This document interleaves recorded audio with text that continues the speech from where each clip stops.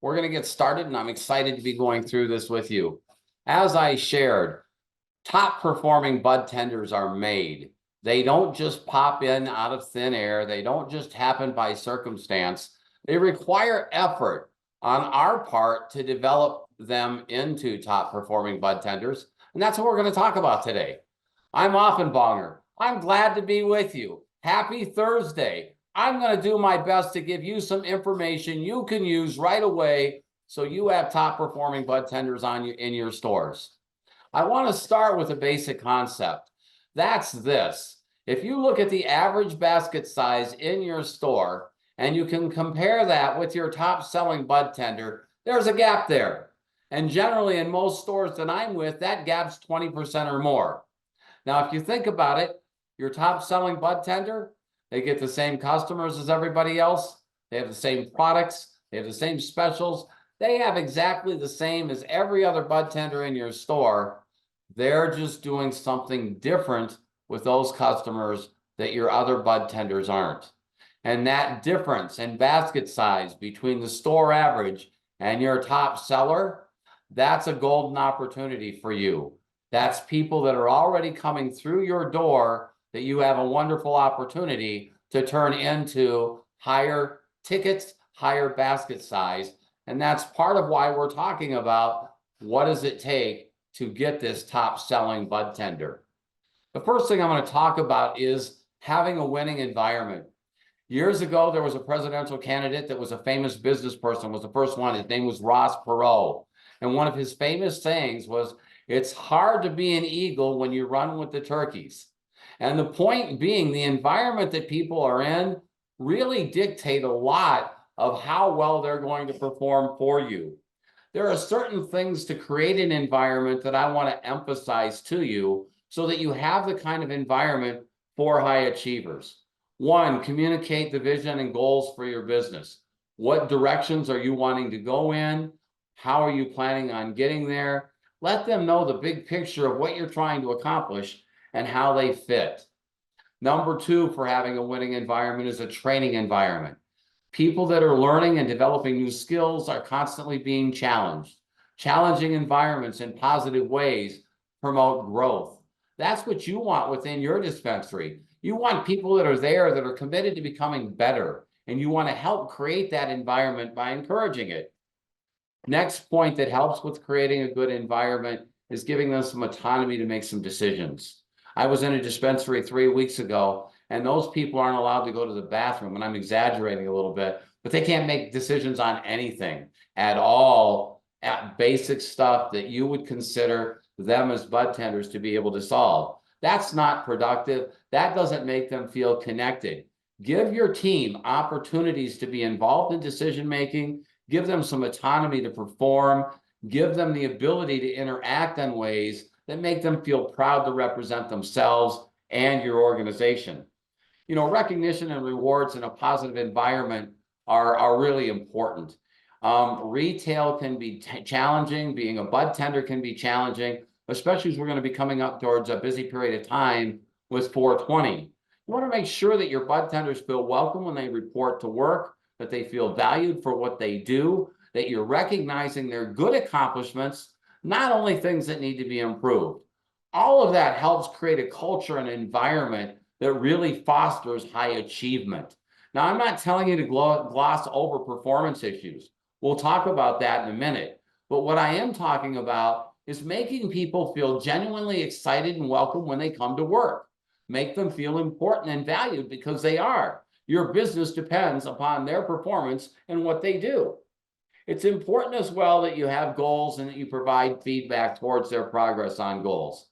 It was really neat. I went to morning yoga today, and today at my yoga studio was a first-time instructor. And the yoga studio owner took the instructor's class first time. And what was really cool is when the instructor was finished, this owner exited the studio with the new instructor, and this owner is giving the new instructor feedback immediately. And what was really cool is the feedback started with what went well and what she liked about what this new instructor was doing.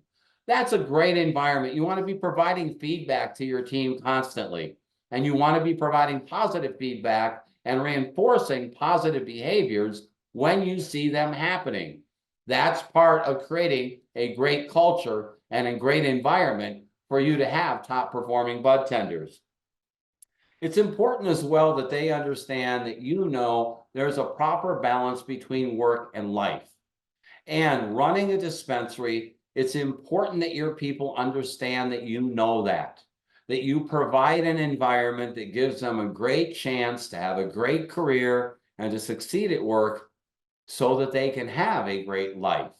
It's important that you are aware of that and that they know that you care, because that, again, is a huge part of a winning environment. Now, once you have a great environment, it's time to begin looking for great employees. And let's advance the slide here. We want to hire right, all right? We've got a good environment and we've got a good team, so we want to hire the right kind of people that enhance what we're doing. So what do? Well, one of the things that I get upset at is in our industry, we tend to hire all these people that have plant knowledge. It's so important that they know everything about weed, and they have the right kind of look and all that type of thing. And I'm not going to tell you that plant knowledge and a bud tender that represents and looks like your clientele is not important, because it is. However, I can teach plant knowledge. I can work with someone on how they appear. What I can't work on are certain things that I think are really, really, really important when hiring. The first thing when you're hiring, and the first tip I'm going to give you, is focus on past behavior. The best predictor of what someone's going to do when they work for you is what they've been doing in the past. There is a style of interviewing that's called the STAR method, S-T-A-R. I explain it and I link to more detail on my blog. So if you go to the Offenbonger blog, you'll find an article about hiring good bud tenders. On it is a link to the STAR method. It shows you how to ask questions and how to get information from prospective hires that is behavioral based, that you can use to get an idea on how they'll work for you. If I give you nothing on terms of hiring, remember this: what they've done in the past is most likely what they're going to do in the future. And your questioning and your investigation should be focused on what they've done in the past. Now, what else do I want to hire for? I want to look for integrity. If people have integrity, they're not going to try to steal from me. They're going to show up on time. They're going to show up to work with enthusiasm. They're going to have character and display that at work. Integrity is very, very important. Do they have basic intelligence? Basic intelligence is important because we interact with customers. We need to ask questions. We need to use the information that we gain from customers to help make recommendations. So we want bud tenders that have a basic level of intelligence to be able to satisfy those requirements to help our customers, period. I like high energy people. I can't coach energy, nor can I coach a good mental attitude. So I look for people that have a great mental attitude and that have some high energy about them. It's important when people come into my store that they feel welcomed, that they're greeted with enthusiasm, and that I deal with them with a positive outlook and a positive tone. These are things I can't coach, nor do I want to try. I don't want to try to coach an attitude in a bud tender. I don't want to try to coach a positive outlook. I'll go ahead and teach them the plant. I can teach customer service skills. I can teach selling skills. I can teach all of those things. What I can't teach is integrity. I can't teach on energy. I can't teach a positive mental attitude. Those are things that I want to look for when I hire. The last thing that's really important is, can they communicate? Can they talk to people? They need to be able to talk to my customers.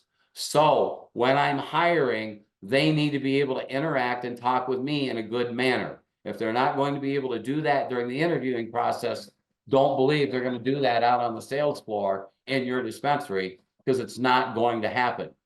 Hiring's critical. And again, you want to hire with immediacy. If you have open positions to fill, it's vitally important that you fill them. and it should be a big focus of yours to do so. You want, though, to fill them the right way. You need to hire the right people. These tips that I've given you, focus on past behavior, look at the integrity, look at the energy, look at the enthusiasm, look at the positive mental attitude. All of those are absolutely critical when hiring the right people into your team. Now, lots of companies screw up in how they onboard people. Man, oh man, oh man. This will lose you good employees and create bad environments in your store if onboarding is not done correctly. So whatever you need to do from an HR perspective to fill out all the paperwork and get them in compliance needs to be done smoothly, efficiently, and effortlessly on the part of your new employee, period. You want them to feel welcome. You want them, when they report to work, for you and your team to make them feel like the best thing that's happened that day is that you saw them.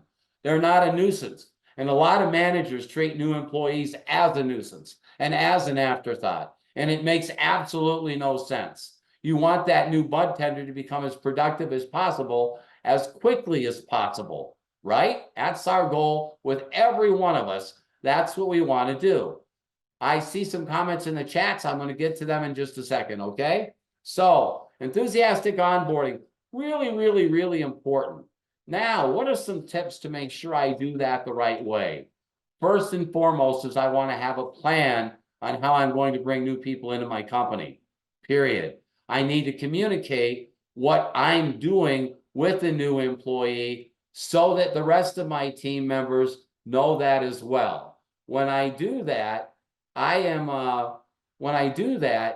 want to then be able to let my team know what I'm doing, why I'm doing it, how it impacts them, so that I can give my focus, or my trainers can give their focus on that new employee. I believe in hiring a mentor. In fact, I had a wonderful opportunity with a group in Washington State last week that runs a fabulous organization. They even provide mentoring and shadowing prior to hiring.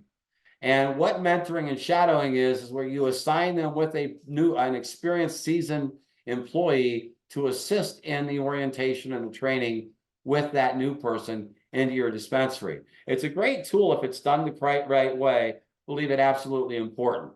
Now, part of onboarding, I need to make sure that I train them on product.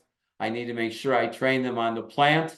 I need to make sure I train them on customer service skills. And I need to make sure I train them on selling skills. Now, everyone's going to have an opinion.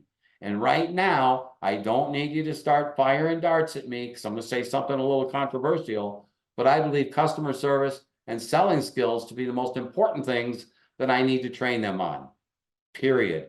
I'll be able to deal with the other things like the plant and like product. Not that I want to minimize that, but what's really going to drive my customer satisfaction and the revenue in my store is going to be having people that are trained and skilled that way. Very, very, very important. As part of onboarding, I want them to understand my operational procedures, how they clock in, what time they do to report to work, if they're sick, all of the logistics that are important there as part of onboarding. And here's something that's really, really, really vitally important. I need to communicate what I expect from them. What are they there to do? What is it that I expect from them? If I expect for them to hit a target number of customers served an hour, I want to let them know that. If there's certain merchandise mixes that I want them to sell, I want them to know that. If there's an average basket size I'm looking for them to sell, I want them to know that. If there's a customer satisfaction score I'm looking for them to achieve, I want to communicate expectations, because Brian's going to share with you something in a minute that he feels is vitally important to get top performing budtenders, and it stems from you communicating clearly what you and specifically what it is you expect from them. It's important in onboarding to have milestones so that people can see the progress they're making as they're joining your company. I provide rewards.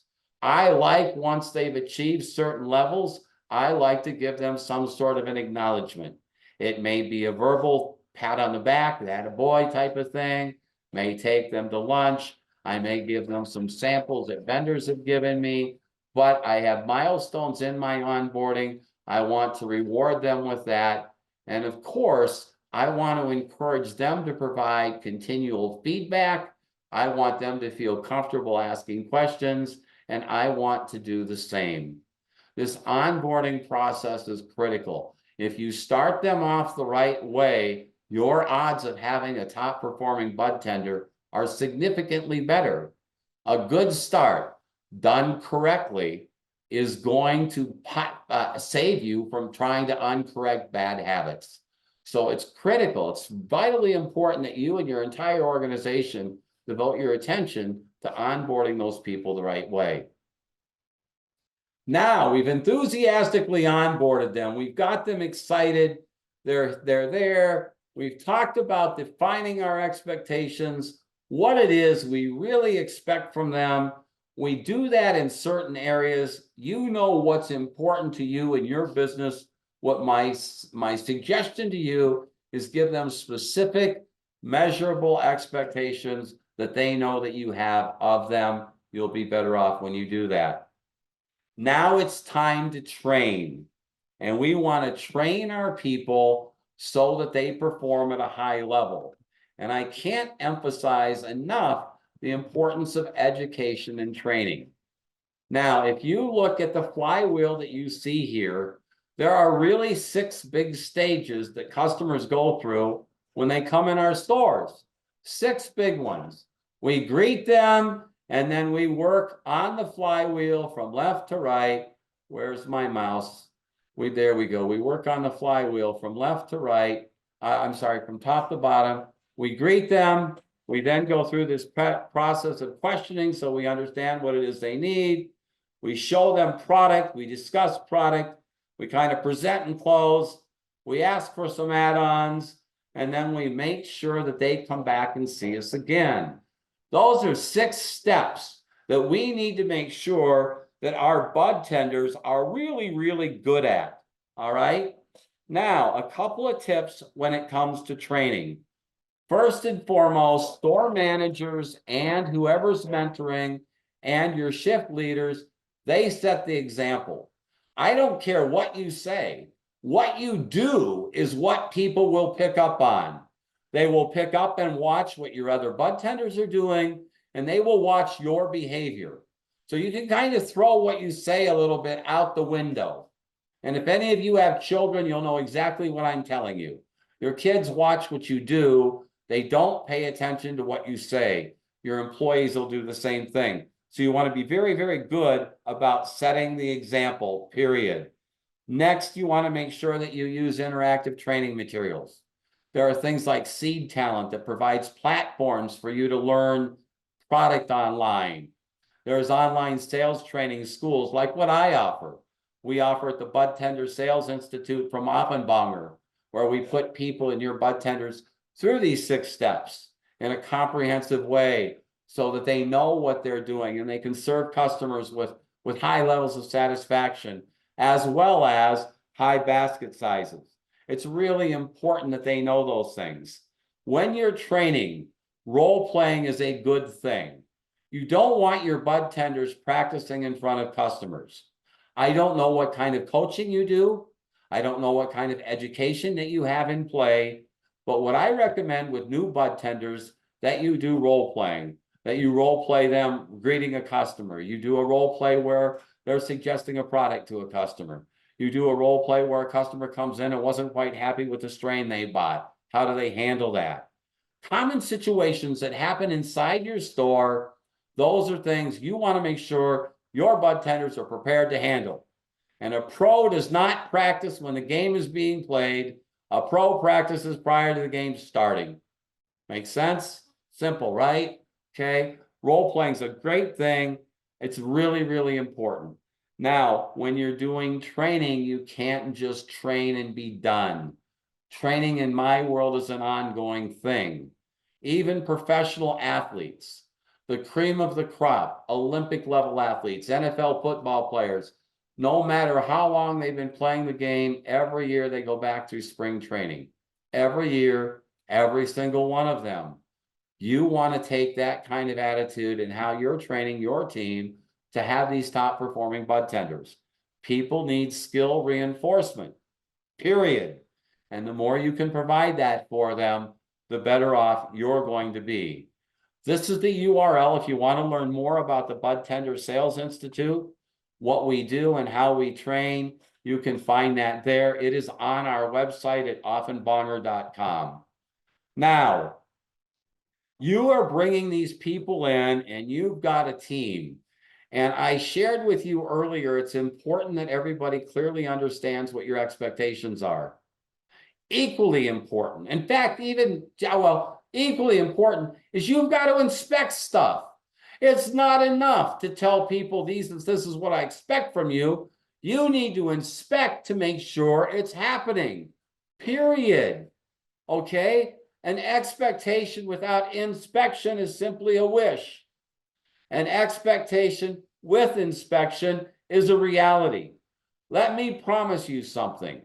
Anything you pay attention to, and you really pay attention to, and you communicate to your team, and you work to get them better at it, you will have better results. It won't work any other way. Now, how do you inspect? Well, there's three primary methods. One, use data. I look at the sales records of my bud tenders. I want to see not only the average basket size, but I also want to see the number of items that are in the cart. How many items per transaction are they selling? That will give me a really good idea at how effective they are at cross-selling, at upselling, at add-ons, and most likely customer service. Now, you may have other data metrics that are important to you. I just gave you two. I like basket size. Sure, it can vary depending upon price fluctuations, but it's a constant between all your bud tenders. So I like basket size and the number of items that are in that transaction. That'll give you, as I said, an idea of how well they're selling. So that's a data aspect you look at. Another aspect is your eyes and your ears. You need to be out on the sales floor. Managers need to be on the sales floor, not in the office, not meeting with vendors. If you run a dispensary and you have you're the grand poobah and total in charge of it, at least 85% of your time needs to be on the floor. That's where the magic happens. That's where you're seeing what your bud tenders are doing, how well things are working for them, how well they're digesting what you're trying to get them to accomplish, how well they're servicing your customers. So I'm going to use this data. I'm going to use my visual observation. And then with new employees, only with new people, I'm going to ask my seasoned bud tenders, their coworkers, how they think they're doing. I only do that with new people. I'm not going to do that because if you do that with people that have been around forever, you could establish fighting and all sorts of drama that you don't need. But it's natural when you bring someone new into your organization to ask their coworker, how do you think they're doing? And you want to do that. Make sure you're doing that. So, expectations, vitally important. Inspecting what's going on, critical. You want great results, inspect behaviors of your bud tenders, period. Now, you're going to be providing them feedback. You need to give them feedback a lot on what they're doing. Top performers need feedback. I don't care how good they are. In fact, elite level athletes all have coaches. Every single one of them all have coaches. They invest in getting feedback to make them better. And running dispensaries and working with bud tenders, the quality of the feedback you give them will oftentimes determine how effective they are for you. So let me give you some tips on feedback. Probably the most single important tip I can give you, not the single most important tip, but a very important tip, be timely with it. You want to provide feedback on what they're doing well. You want to provide feedback on what they need corrective actions on. Much as I told you at my yoga studio today, immediately class was over, that new instructor is getting feedback. It's timely, it's relevant, it's important. Next, make sure your feedback focuses on behavior and is not personal in nature. It's really important that way. You want to focus on the behavior only, positively or negatively, not the personalities of the people that are involved. Give specific feedback. I love the way you handled that customer. You upsold them from the regular batter to the live resin batter, and you got them to buy a dab rig as well. Great job. That's specific. I don't want to just say, I love the way you're handling customers. That's general. Provide specific feedback, both positive and negative. That will help drive better performance. Now, from time to time, employees need corrective actions. They aren't doing things the way we need them to do that. And I believe in being upfront and direct with it. I'm going to focus on the behavior. I'm going to share with them what they've been doing, why that's not what we want. I'm going to share with them what kind of behavior we want. And then I'm going to get their agreement to make sure it's something that they're comfortable and that they can do. All right. Now you'll hear people talk about this sandwich method that says, well, give them a positive, then give them the negative, and then give them the positive. So you sandwich the negative between two positives. And you know what? I'm not going to debate all that. What I am going to say is you don't want to dilute any corrective actions you're trying to get them to take. So don't dilute them. If they aren't doing what you need them to do, you make sure that you're clear, you're focusing on the behavior, not on the person, but you're providing them the clear feedback that they need in order to do the kind of job that you want them to do. It's important too that you follow up. Once you have a situation where you have negative behaviors that need to be corrected, once you've talked to them, Brian's rule, inspect, inspect, inspect. Follow up to make sure it's being done. Again, if you have children, you'll know what I'm about to tell you. If you tell your kids to turn the light off when they leave the room, and you think you can tell them that only one time and have it happen forever, I need to meet your kids, because I've never seen that happen before. So I want to provide this reinforcement. I want to inspect. I want to make sure they know that I'm doing that. If I need to document the feedback, it's important to do so. In today's world, for HR reasons and a variety of other reasons, I want to document the situation so that I have it for the records. Your company may have policies on how you do that. I want to make sure you follow them, but I am a believer in documentation. I'm a big believer in documentation for positive behaviors as well. You know, when you get positive reviews and your employees are mentioned by name, you get customer feedback that way. You get a coworker that praises a budtender. Those are great things to be putting and documenting in the file, because that is a record of how well that budtender is performing for you. And it's kind of simple. Now, look, you know, I want to acknowledge behaviors, positively and negatively behaviors. It's important for me to do that. And acknowledging behaviors, that lets my team know that I'm attuned, I'm aware, I'm focused, and I'm appreciative and grateful. Because look, if you run a dispensary and you've got a team of top performers that show up on time with a great attitude, that work hard for your customers, I mean, aren't you appreciative of that? Aren't you grateful of that? Let them know, acknowledge what you're doing. Now, I've got a free gift. I told everybody we'd be about a half an hour, and we're right on track, so I feel good about that. I have a free gift for you. There's a QR code you can use.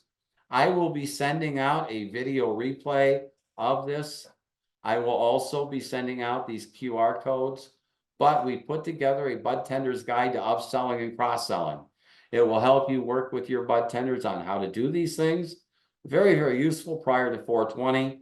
Just use the QR code there. You'll be able to download that gift and use it.